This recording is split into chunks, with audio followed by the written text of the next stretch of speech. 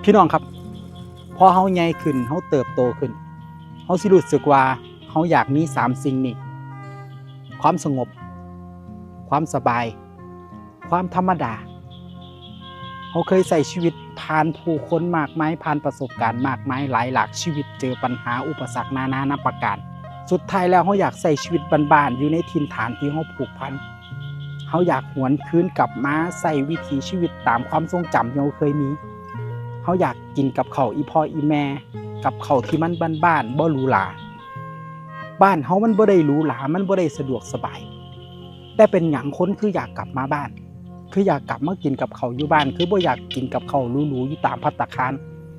ก็เพราะว่าความผูกพันความทรงจำเฮาถูกเลี้ยงมาพาใหญ่แบบใดเฮากินแบบนั้นเฮากินตามมีตามเกิดเฮากินตามที่พ่อแม่พากินมาเฮาก็เลยมักแนวกินรสชาติเดิมๆแนวกินอีแม่แนวกินอีพอเฮามีวิถีผูกพันอยู่กับท้องไร่ท้องนากลับมายามใดก็ได้รับความสุขกลับไปมันเป็นความสุขที่จริงใจและเป็นความสุขที่เฮารู้สึกว่านี่คือความสุขที่แท้จริงมันบ่แม่นความสุขที่ปรุง